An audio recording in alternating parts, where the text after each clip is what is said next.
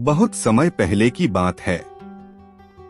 एक गांव में एक गरीब किसान अपने परिवार के साथ रहता था। उसकी एक ही बेटी थी। वह बहुत सुंदर थी। गरीब किसान ने गांव के जमींदार से कर्ज लिया हुआ था, किंतु गरीबी के कारण वह कर्ज वापस नहीं कर पा रहा था। जमींदार जब भी उस पर कर्ज वापस करने का दबाव बनाता, वह कुछ समय की मोहलत मांग लेता। ऐसे ही कई वर्ष बीत गए। एक दिन जमींदार की दृष्टि किसान की सुंदर पुत्री पर पड़ी, जो युवा हो चुकी थी। किसान की बेटी को देख जमींदार उस पर मोहित हो गया। वह किसान के पास गया और बोला, मैं तुम्हारा पूरा कर्ज माफ कर दूंगा अगर तुम अपनी बेटी का विवाह मेरे साथ कर दो। जमींदार के विवाह प्रस्ताव से किसान और उसकी बेटी हैरान रह गए। जमींदार अधेड़ उम्र का कुरूप व्यक्ति था। किसान ने अपनी सुंदर बेटी का विवाह उससे करने से इनकार कर दिया। किसान की इनकार सुनकर जमींदार बौखला गया और तुरंत अपने कर्ज के पैसे मांगने लगा। किसान के पास पैसे नहीं थे। उसने मोहलत मांगी, लेकिन जमींदार ने मना कर दिया और उसे जेल पहुंचाने की धमकी देने लगा। अंत में दोनों का मसला गांव की पंचायत में पहुंचा। पूरा मामला सुनने के बाद पंच बोले, ये मामला कुछ उलझा हुआ है। किसान तो कई वर्षों से कर्ज चुका नहीं पा रहा और उसकी स्थिति को देखते हुए लगता नहीं कि वह कर्ज चुका पाएगा। बेटी का विवाह वह जमींदार से करना नहीं चाहता। ऐसे में बहुत सोच विचार कर हम ये फैसला किसान की बेटी की किस्मत पर छोड़ते हैं। पंच आगे बोले, यहाँ जमीन पर काले और सफेद कंकड़ पड़े हुए हैं। जमींदार इन कंकड़ों में से 2 कंकड़ उठाकर 2 थैलों में रखेगा। किसान की बेटी को बिना देखे उन थैलों में से कंकड़ निकालना होगा।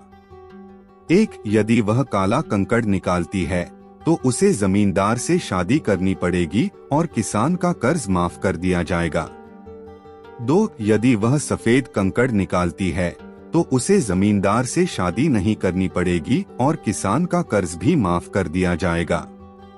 3, यदि वह कंकड़ निकालने से इनकार करती हैं, तो किसान को जेल में डाल दिया जाएगा।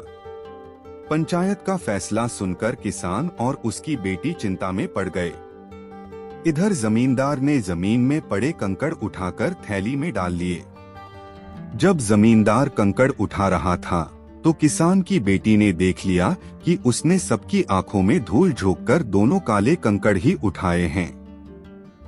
अब किसान की बेटी किसी भी थैले से कंकड़ निकालती, वह काले रंग का ही होता। जमींदार इतना धूर्त होगा, ये उसने सोचा नहीं था। लेकिन उसे किसी भी हाल में इस मुसीबत से बाहर निकलना था। वह अपना दिमाग दौड़ाने लगी। उसके सामने 3 विकल्प थे। 1, थैली में से कंकड़ निकालने से मना कर दे और पिता को जेल जाने दे। 2, थैली में से कंकड़ निकाले और चुपचाप जमींदार से शादी कर ले। 3, पंचों को जमींदार की धूर्तता के बारे में बता दे। तीसरा विकल्प उसे ठीक लगा, लेकिन पंचों को बताने पर भी इस मुसीबत से छुटकारा नहीं मिलता। पंच जमींदार से कंकड़ बदलवा लेते और अंत में निर्णय उसकी किस्मत पर ही निर्भर करता। वह ऐसा उपाय सोचने लगी जिससे उसे पंचों को कुछ कहना भी ना पड़ना पड़े और वह जमींदार से शादी करने से बच भी जाए। एक उपाय उसके दिमाग में आ ही गया। वह आगे बढ़ी और जमींदार की थैली में से एक कंकड़ निकाला, लेकिन उसे देखे बिना ही जमीन में गिरा दिया। जमीन में गिरकर वह कंकड़ अन्य कंकड़ों में जा मिला। हाँ, ये क्या हो गया? कंकड़ का रंग तो मैं देख ही नहीं पाई और वह मेरे हाथ से नीचे गिर गया। अब मैं क्या करूं? किसान की बेटी पंचों को देखकर जानबूझकर परेशान होने का नाटक करने लगी। यह सुन एक पंच बोला, कोई बात नहीं। तुमने जो कंकड़ निकाला था, अब उसे पहचानना संभव नहीं है। ऐसा करो, जमींदार के दूसरे थैले में से कंकड़ निकाल लो। वह जिस रंग का हुआ, उसके विपरीत रंग का कंकड़ ही तुमने पहले निकाला होगा। सभी पंच इस बात पर सहमत हो गए। इधर ये सुनकर जमींदार के होश उड़ गए, लेकिन अब वह क्या कहता।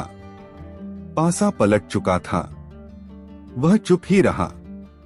किसान की बेटी ने जब थैले में से कंकड़ निकाला तो वह काले रंग का था। सबने मान लिया कि पहले उसने सफेद कंकड़ निकाला था। इस तरह वह जमींदार से शादी करने से बच गई और उसके पिता का कर्ज भी माफ हो गया। मुसीबत के समय समझदारी से काम लेना चाहिए। जब भी मुसीबत आ पड़े तो बिना हौसला खोए शांत दिमाग से विचार करना, कोई न कोई हल अवश्य निकलेगा। एक व्यक्ति अपने जीवन में बहुत परेशान था। सब कुछ होने के बावजूद भी वह खुश नहीं रह पाता था। एक दिन वह अपने गुरुजी के पास गया और उन्हें अपनी समस्या बताते हुए बोला, गुरुजी, आपने मुझे सफलता प्राप्ति के लिए मेहनत और लगन से काम करने की सलाह दी थी। मैंने वैसा ही किया और आज मैं अपने जीवन में सफल हूँ। मेरे पास गाड़ी, बंगला, पैसा और ऐशो आराम के सारे साधन हैं। फिर भी मैं खुश नहीं हूँ। मुझे लगता था कि सफलता प्राप्त कर लेने से सुकून भी मिल जाएगा, लेकिन मेरे जीवन में वो सुकून नहीं है। मैं खुशी और सुकून से भरा जीवन चाहता हूँ गुरुजी। अब आप ही मेरा मार्गदर्शन करें। गुरुजी ने उसकी बात ध्यान से सुनी, फिर मुस्कुराते हुए घर के कमरे में चले गए। थोड़ी देर बाद जब वे बाहर आए तो उनके हाथ में 3 गेंदें थी। एक गेंद कांच की, एक चीनी मिट्टी की और एक गेंद रबर की थी। वे गेंदें उस व्यक्ति के हाथ में देकर वे बोले, बेटा, मैं तुम्हारी समस्या का समाधान तुम्हें बताऊंगा, लेकिन उसके पहले तुम्हें एक छोटा सा काम देता हूँ। जो गेंदें मैंने तुम्हें दी हैं, उन्हें तुम अपने हाथों में लेकर एक के बाद एक इस तरह उछालते जाओ कि एक समय में एक गेंद हवा में जरूर रहे। व्यक्ति उन गेंदों को हवा में उछालने लगा। वह एक गेंद हवा में फेंकता तो 2 गेंद उसके हाथों में रहती। जब हवा में उछाली गई गेंद नीचे गिरने वाली होती तो वह हाथ में रखी गेंदों में से एक को हवा में उछालकर उस गेंद को पकड़ लेता। ये सिलसिला इसी तरह चल रहा था। इस तरह गुरुजी के कहे अनुसार एक समय में एक गेंद हवा में अवश्य रहती थी। कुछ देर बाद एक ऐसा समय आया जब चीनी मिट्टी की गेंद हवा में थी और कांच और रबर के गेंद उसके हाथ में थी, लेकिन इस बार उसका सही संतुलन नहीं बन पाया और हवा में उछाली गई चीनी मिट्टी की गेंद नीचे जमीन पर गिरने लगी। चीनी मिट्टी की गेंद सबसे ज्यादा कीमती थी, इसलिए व्यक्ति ने सोचा जब 2 ही गेंद जमीन में गिरने से बचाई जा सकती है तो चीनी मिट्टी और कांच की गेंद को बचाना ज्यादा सही है। उसने तुरंत अपने हाथ में से रबर की गेंद नीचे गिरा दी और चीनी मिट्टी की गेंद पकड़ ली। गेंद गिरने से वह दुखी हो गया क्योंकि वह गुरुजी का बताया गया काम सही तरीके से पूरा नहीं कर पाया। उसने जब अपने गुरुजी को देखा तो गुरुजी ने पूछा, बेटा, तुमने रबर की गेंद क्यों गिरा दी, चीनी मिट्टी की गेंद क्यों नहीं गिरने दी? उसने उत्तर दिया, गुरुजी, चीनी मिट्टी की गेंद सबसे ज्यादा कीमती थी, इसलिए मैंने उसे जमीन पर गिरने नहीं दिया। यदि कांच की या चीनी मिट्टी की गेंद जमीन पर गिर जाती तो वे टूट जाती, लेकिन रबर की गेंद को नीचे गिरने से कोई नुकसान नहीं होता। इसलिए जब मुझे लगा कि मैं 2 ही गेंद हाथ में संभाल पाऊंगा तो मैंने चीनी मिट्टी और कांच की गेंदों को हाथों में संभाला और रबर की गेंद नीचे गिरा दी।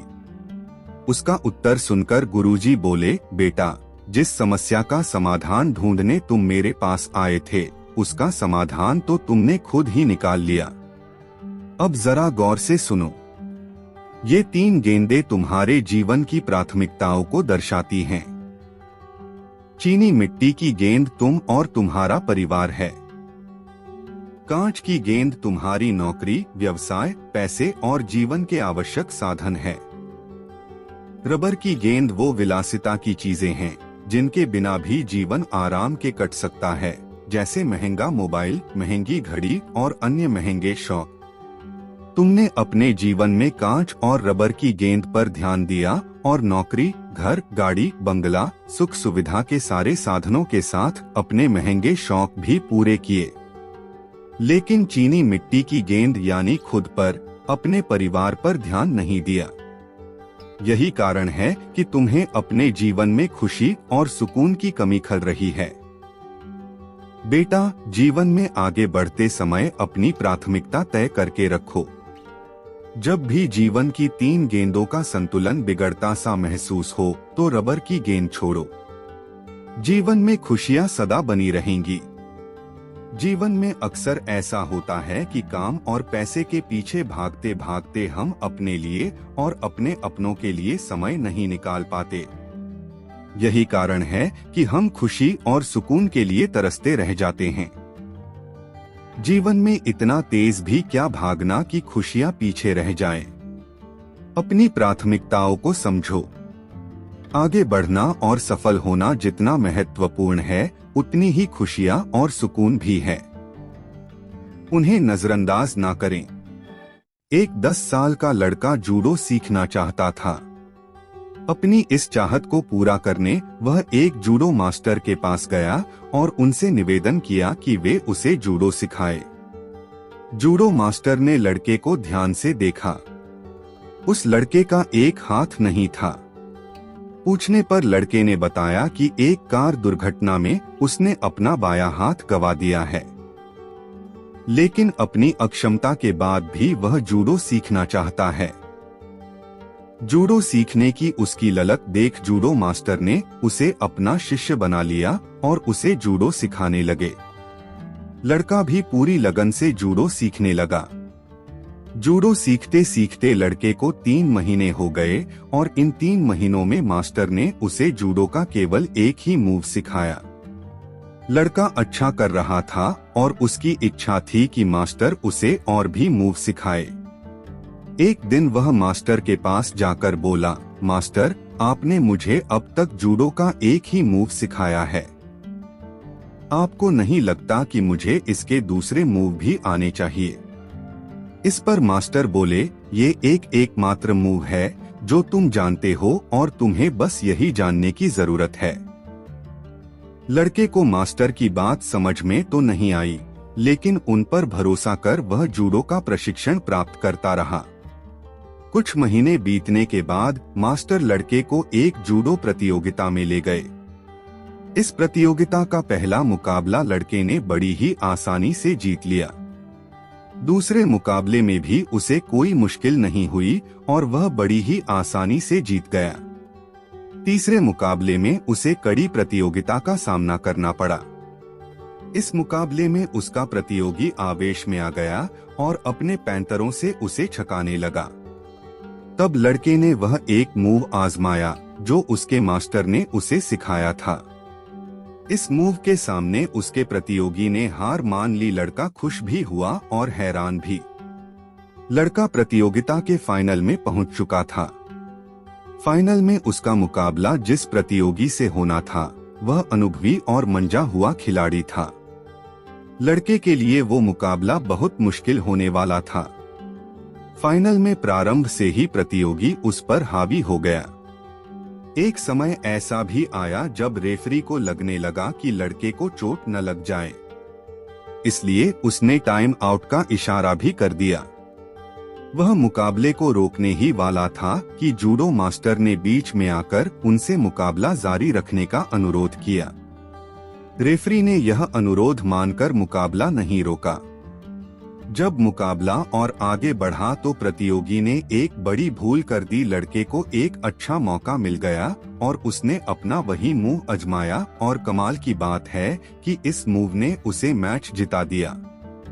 लड़का अपनी पहली ही प्रतियोगिता का विजेता बन चुका था। जब वह मास्टर के साथ वापस लौट रहा था तो वे दोनों प्रतियोगिता के हर मुकाबले और मूव की बात कर रहे थे।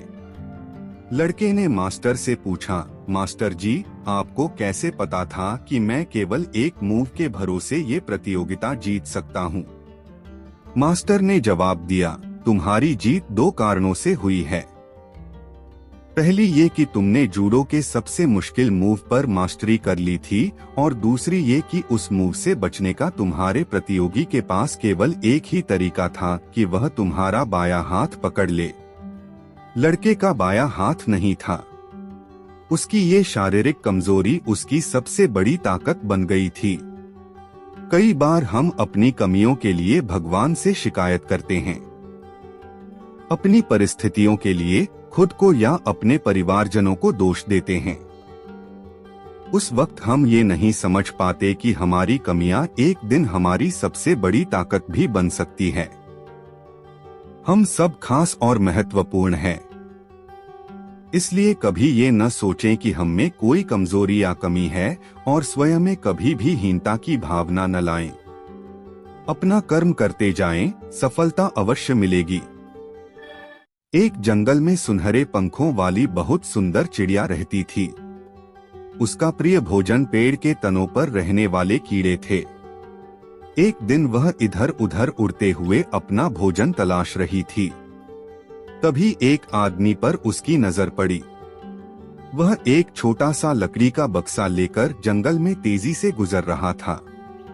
चिड़िया को उस आदमी की जल्दबाजी देख कुछ हैरानी हुई, और उसने उसे रोककर पूछा, भाई क्या बात है? इतनी जल्दी में कहाँ जा रहे हो? कुछ परेशानी है क्या? नहीं तो ऐसी कोई बात नहीं है। आज सुबह से मैं पेड़ के तनों में रहने वाले कीड़ों को इकट्ठा कर रहा था। इस लकड़ी के बक्से में मैंने उन कीड़ों को भरा हुआ है। अब जंगल के दूसरी ओर बसे गांव के बाजार में जाकर उन्हें बेचूंगा, और बदले मुझे एक सुनहरा पंख मिलेगा। बाजार बंद न हो जाए, इसलिए जल्दी जल्दी जा रहा हूँ, आदमी ने उत्तर दिया। यह बात सुनकर चिड़िया ने सोचा कि इसे सुनहरा पंख चाहिए और मुझे पेड़ के तने के कीड़े। हम दोनों की आवश्यकताओं की वस्तुएं एक दूसरे के पास है। क्यों न इसे मैं अपना एक पंख देकर ये बक्सा ले लूं। इस तरह मुझे भोजन की तलाश में भटकना नहीं पड़ेगा। उसने किसान को कहा कि मुझे तुम ये बक्सा दे दो, इसके बदले मैं तुम्हें एक सुनहरा पंख दे दूंगी। किसान को बिना बाजार गए ही सुनहरा पंख मिल रहा था, इसलिए वह तैयार हो गया। चिड़िया ने खुशी खुशी अपना एक पंख उसे दिया और लकड़ी का वह बक्सा ले लिया। साथ ही उसने उस आदमी को रोज सुनहरे पंख के बदले कीड़े लाने के लिए राजी कर लिया। उस दिन के बाद से चिड़िया को बिना किसी मेहनत के रोज कीड़े मिलने लगे। उसके बदले वह अपना एक पंख तोड़कर दे देती। बिना इधर उधर भटके उसके दिन मजे से बीतने लगे। लेकिन ऐसा करते करते चिड़िया के पंख खत्म होने लगे। उसे उड़ने में परेशानी होने लगी। वह दिन भी आया जब उसके सारे पंख समाप्त हो गए। अब वह उड़ने में पूरी तरह असमर्थ हो गई। पंख न मिलने पर उस आदमी ने उसके लिए कीड़े लाना बंद कर दिया। अब चिड़िया लाचार हो चुकी थी। वह भोजन की तलाश में जा नहीं सकती थी और रोज बिना मेहनत मिलने वाला भोजन अब बंद हो चुका था। कुछ ही दिनों में चिड़िया भूख प्यास से तड़पकर मर गई। सफलता का कोई शॉर्टकट नहीं होता। कभी कभी शॉर्टकट से मिली सफलता के गंभीर परिणाम भोगने पड़ सकते हैं। इसलिए हमेशा मेहनत पर भरोसा रखें। मेहनत का कोई तोड़ नहीं है। देर सवेर ही सही मेहनत से सफलता अवश्य मिलती है और वह सफलता लंबे समय तक बनी रहती है। एक नगर में एक महान तलवारबाज रहता था। उसके जैसा तलवारबाज उस पूरे नगर में तो क्या पूरे राज्य में नहीं था। राज्य भर में उसकी ख्याति फैली हुई थी। अपनी तलवारबाजी के दम पर उसने अपने राजा को कई युद्धों में जीत दिलवाई थी। इसलिए सभी उसका बहुत सम्मान करते थे। समय बीतने के साथ वह वृद्ध हो चला था। वह नहीं चाहता था कि उसकी कला उसके साथ ही इस दुनिया से चली जाए। इसलिए उसने पूरे राज्य में ऐलान करवाया कि जो भी तलवारबाजी सीखना चाहता है वह उसके पास आकर सीख सकता है। राज्य के कई युवक उसके पास आए और उसके शिष्य बनकर तलवारबाजी सीखने लगे। वह भी अपनी कला के हर गुर अपने शिष्यों को सिखाने लगा। उन शिष्यों में से एक शिष्य असाधारण था। उसने शीघ्र ही तलवारबाजी के सारे गुर सीख लिए और तलवारबाजी में पारंगत हो गया। पारंगत होने के बाद उसे अपनी तलवारबाजी पर घमंड हो गया। वह स्वयं को अपने गुरु से भी महान तलवारबाज समझने लगा, किंतु उसे अपने गुरु सरीखी प्रतिष्ठा प्राप्त नहीं थी। वह प्रतिष्ठा पाने नित नए उपाय सोचा करता। एक दिन उसने सोचा क्यों ना तलवारबाजी का एक मुकाबला गुरु के साथ किया जाए। उन्हें पराजित कर दूंगा तो लोग मुझे उनसे महान तलवारबाज स्वीकार कर लेंगे। उसने अपने वृद्ध गुरु को तलवारबाजी की चुनौती दे दी। गुरु ने वह चुनौती स्वीकार कर ली। 7 दिन बाद दोनों के मध्य तलवारबाजी का मुकाबला नियत किया गया। पूरे राज्य में इस मुकाबले की चर्चा थी, यहाँ तक कि राज्य के राजा भी वह मुकाबला देखने को आतुर थे। शिष्य को अपनी तलवारबाजी पर पूरा भरोसा था, किंतु दिन गुजरने के साथ उसका यह भरोसा कम होने लगा। उसे लगने लगा कि गुरु ने अवश्य तलवारबाजी की एक न एक विधा उसे नहीं सिखाई होगी। वह अपने गुरु पर नजर रखने लगा ताकि अभ्यास के दौरान यदि गुरु वह विधा प्रयोग करे तो उसे देखकर वह सीख सके। एक दिन उसने देखा कि गुरु कहीं जा रहा है। वह उसका पीछा करने लगा। गुरु लोहार के पास पहुंचा और लोहार को 15 फुट लंबी म्यान तैयार करने का आदेश दिया। शिष्य ने सोचा अवश्य ही गुरु 15 फुट लंबी तलवार बनवाकर उतनी दूर से ही उसका सिर कलम कर देने की योजना बना रहा है। बिना समय व्यर्थ किए वह एक अन्य लोहार के पास गया और उससे 16 फुट लंबी तलवार बनवा ली। मुकाबले का दिन आया। गुरु और शिष्य दोनों एक दूसरे के आमने सामने थे। जैसे ही मुकाबला शुरू हुआ, गुरु ने म्यान से तलवार निकालकर शिष्य की गर्दन पर रख दी। उधर शिष्य म्यान से अपनी 16 फुट लंबी तलवार निकालता ही रह गया। वास्तव में गुरु ने म्यान 15 फुट की बनवाई थी, किंतु उसकी तलवार एक सामान्य तलवार थी। जीवन में हर युद्ध ताकत और बल के सहारे नहीं जीते जाते। आत्मज्ञान और अनुभव के सामने ताकत और बल भी फीके पड़ जाते हैं। घमंड को कभी न कभी नीचा देखना ही पड़ता है। अपनी कला पर घमंड करने के बजाय उसे निखारने में समय लगाएं। एक राज्य में शासन करने वाला राजा दुनिया का सबसे शक्तिशाली शासक बनना चाहता था। एक दिन उसे दूर देश से आए एक भविष्यवक्ता के बारे में पता चला। वह उनसे मिलने पहुंचा और उन्हें अपनी इच्छा बताते हुए निवेदन किया, महात्मा, मुझे कोई ऐसा उपाय बताएं जिससे मैं पूरी दुनिया का सबसे शक्तिशाली राजा बन सकूं। भविष्यवक्ता ने सामने जाते हुए एक रास्ते की ओर इशारा किया और बोले, राजन, सामने जो रास्ता देख रहे हो इस पर चलते जाओ। 10 किलोमीटर की दूरी तय करने पर तुम्हें एक पेड़ दिखाई देगा। उस पेड़ पर चमत्कारी फल लगते हैं। तुम उस पेड़ से एक फल तोड़कर खा लेना, तुम्हारी शक्ति 100 गुना बढ़ जाएगी। राजा बिना समय व्यर्थ किए उस पेड़ की तलाश में निकलने के लिए तैयार हो गया।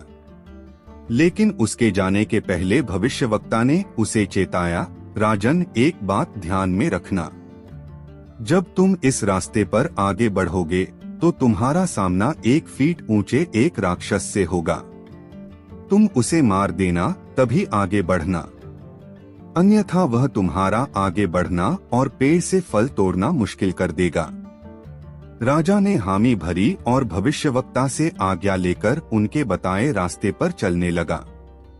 1 किलोमीटर की दूरी तय करने के बाद अचानक एक राक्षस उसके सामने आया और उसका रास्ता रोक लिया। उसकी ऊंचाई 1 फीट थी। वह राजा को ललकारते हुए बोला, तुझमें हिम्मत है तो मुझे मारकर आगे बढ़। राजा ने देखा कि राक्षस कदकाठी में बहुत छोटा है। उसने सोचा कि इतने छोटे से राक्षस को मारने में अपना समय और ऊर्जा क्यों व्यर्थ करूं।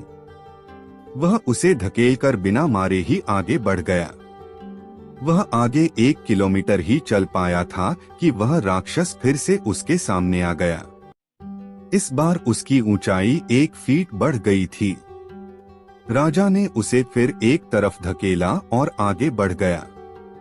आगे बढ़ते बढ़ते हर 1 किलोमीटर पर वह राक्षस राजा के सामने आने लगा और हर बार उसकी ऊंचाई 1 फीट बढ़ी हुई होती। राजा हर बार उसे मारे बिना आगे बढ़ता जाता। जब राजा भविष्यवक्ता द्वारा बताए पेड़ के पास पहुंचा तो राक्षस फिर से सामने आ गया। इस बार वह 10 फीट का विशालकाय राक्षस था। जब उसने राजा को फल तोड़ने से रोक दिया, तब राजा को भविष्यवक्ता की चेतावनी याद आई कि राक्षस को मार देना, अन्यथा वह तुम्हें फल तोड़ने नहीं देगा। अब राजा के पास युद्ध के अतिरिक्त कोई चारा नहीं था। दोनों में भयंकर युद्ध हुआ। कई बार स्थिति ऐसी बनी मानो राक्षस राजा को मार देगा, लेकिन अंत में किसी तरह राजा राक्षस को मारने में सफल रहा। फिर उस चमत्कारी पेड़ का फल तोड़कर खाकर उसने चैन की सांस ली। लक्ष्य प्राप्ति की दिशा में जब हम प्रयासरत रहते हैं तो हमें कई बार छोटी छोटी समस्याओं और चुनौतियों से दो चार होना पड़ता है। हम अक्सर उन्हें छोटा या तुच्छ जानकर नजरअंदाज कर देते हैं और उनका निराकरण नहीं करते। फिर धीरे धीरे वही समस्याएं और चुनौतियां बड़ी होती चली जाती हैं। एक समय ऐसा आता है जब उन्हें नजरअंदाज करना संभव नहीं हो पाता और वे हमारे लक्ष्य प्राप्ति के मार्ग का रोड़ा बन जाती हैं। कई बार उस रोड़े को पार कर पाना हमारे बस के बाहर हो जाता है और कई बार उन्हें सुलझाने में हमारा बहुत समय और ऊर्जा बर्बाद हो जाती है। बाद में हम पछताते हैं कि हमने पहले उसका समाधान क्यों नहीं निकाला। इसलिए बाद में पछताने से बेहतर है कि समस्याएं शुरुआत में उस वक्त ही सुलझा ली जाएं, जब वे छोटी हों। एक बार सृष्टि के रचयिता ब्रह्मा जी ने मानव जाति के साथ एक खेल खेलने का निर्णय लिया। उन्होंने खुशी को कहीं छुपा देने का मन बनाया ताकि मानव उसे आसानी से प्राप्त न कर सके। ब्रह्मा जी की सोच थी कि जब बहुत तलाश करने के बाद मानव खुशी को ढूंढ निकालेगा, तब शायद वास्तव में खुश हो पाएगा। इस संबंध में मंत्रणा करने उन्होंने अपनी परामर्श मंडली को बुलाया। जब परामर्श मंडली उपस्थित हुई तो ब्रह्मा जी बोले, मैं मानवजाति के साथ एक खेल खेलना चाहता हूँ। इस खेल में मैं खुशी को ऐसे स्थान पर छुपाना चाहता हूँ जहाँ से वह उसे आसानी से न मिल सके, क्योंकि आसानी से प्राप्त खुशी का महत्व मानव नहीं समझता और पूरी तरह से खुश नहीं होता। अब आप लोग मुझे परामर्श दें कि मैं खुशी को कहाँ छुपाऊं। इसे धरती की गहराई में छुपा देना उचित होगा, पहला परामर्श आया। लेकिन मानव खुदाई कर आसानी से इसे प्राप्त कर लेगा, ब्रह्मा जी ने असहमति जताते हुए कहा। तो फिर इसे सागर की गहराई में छुपा देना अच्छा रहेगा, एक परामर्श और आया। मानव सारे सागर छान मारेगा और खुशी आसानी से ढूंढ निकलेगा। इसलिए ऐसा करना ठीक नहीं होगा, ब्रह्मा जी बोले। बहुत से परामर्श सलाहकार मंडली ने दिए, लेकिन कोई ब्रह्मा जी को जंचे नहीं। काफी सोच विचार कर ब्रह्मा जी एक निर्णय पर पहुंचे, जिससे परामर्श मंडली भी सहमत थी। वह निर्णय था कि खुशी को मानव के अंदर ही छुपा दिया जाए। वहां उसे ढूंढने के बारे में मानव कभी सोचता ही नहीं है। लेकिन यदि उसने वहां खुशी ढूंढ ली तो वह अपने जीवन में वास्तव में खुश रहेगा। हम अक्सर खुशी को बाहर तलाशते रहते हैं, किंतु वास्तविक खुशी हमारी भीतर ही है।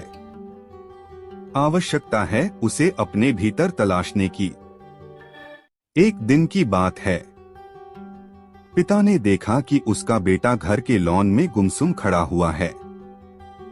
वह बेटे के पास गया और उससे पूछा, बेटा क्या बात है? गुमसुम से क्यों खड़े हो?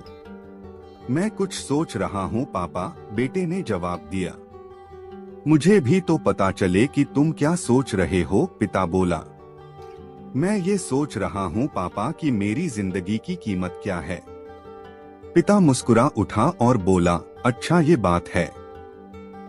यदि तुम सच में अपनी जिंदगी की कीमत समझना चाहते हो तो जैसा मैं कहता हूँ वैसा करो। बेटा तैयार हो गया। पिता ने उसे एक पत्थर दिया जो दिखने में साधारण सा ही था और कहा, बेटा इस पत्थर को लेकर बाजार जाओ। वहां किसी स्थान पर ये पत्थर हाथ में लेकर खड़े हो जाना। कोई इसकी कीमत पूछे तो कहना कुछ नहीं, बस अपनी 2 उंगलियां खड़ी कर देना। बेटा बाजार चला गया और एक जगह पर हाथ में पिता का दिया हुआ पत्थर लेकर खड़ा हो गया। उसे वहां खड़े हुए कुछ समय ही गुजरा था कि एक बूढ़ी औरत उसके पास आई और पूछने लगी, बेटा इस पत्थर की क्या कीमत है? लड़का कुछ बोला नहीं, बस अपने पिता के कहे अनुसार अपनी 2 उंगलियां खड़ी कर दी। अच्छा 200 रुपए। ठीक, मैं इस पत्थर को 200 रुपए में खरीदने को तैयार हूँ। मुझे ये पत्थर दे दो, बूढ़ी औरत बोली। बूढ़ी औरत की बात सुनकर लड़का हैरान रह गया। उसे अंदाजा ही नहीं था कि एक साधारण से दिखने वाले पत्थर के लिए कोई 200 रुपए भी दे सकता है। खैर, उसने वह पत्थर बेचा नहीं और घर आ गया। घर आकर उसने सारी बात अपने पिता को बताई। तब पिता ने उससे कहा, इस बार तुम एक म्यूजियम में जाना। वहां भी कोई तुमसे इस पत्थर की कीमत पूछे तो पहले की तरह 2 उंगलियां खड़ी कर देना। लड़का पत्थर लेकर म्यूजियम चला गया। वहां एक आदमी ने उसके हाथ में वह पत्थर देखकर पूछा, इसकी कीमत क्या है? लड़का कुछ नहीं बोला, बस अपनी 2 उंगलियां खड़ी कर दी। अच्छा 20,000 रुपए। ठीक है, मैं ये तुमसे 20,000 रुपए में खरीद लूंगा, आदमी बोला। लड़का यह सुनकर हैरान रह गया।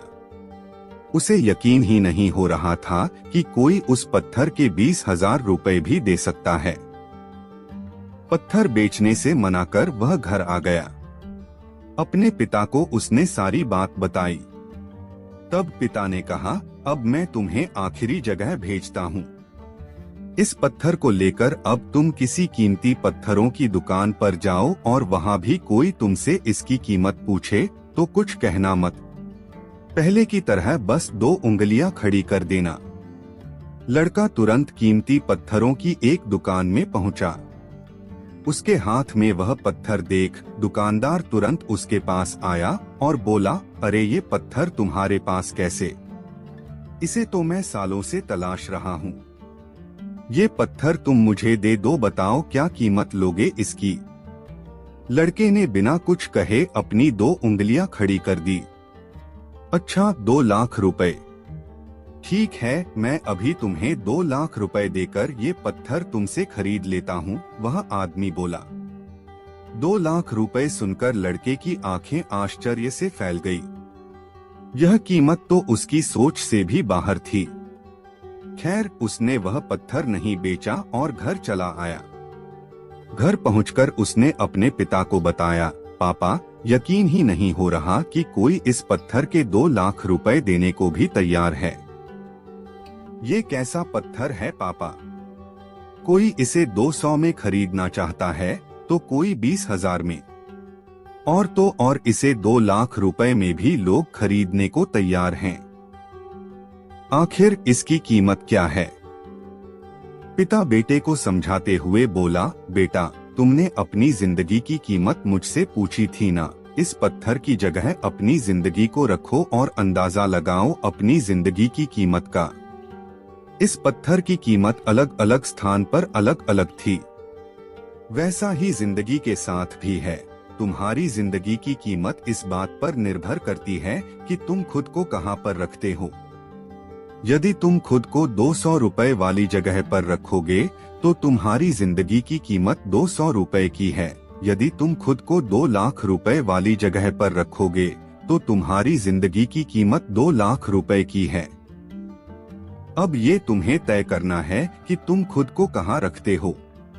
लोग हमारा और जिंदगी का अलग अलग मूल्यांकन करते हैं। जो हमसे प्यार करते हैं, हमें अपना समझते हैं, उनके लिए हम सब कुछ होते हैं।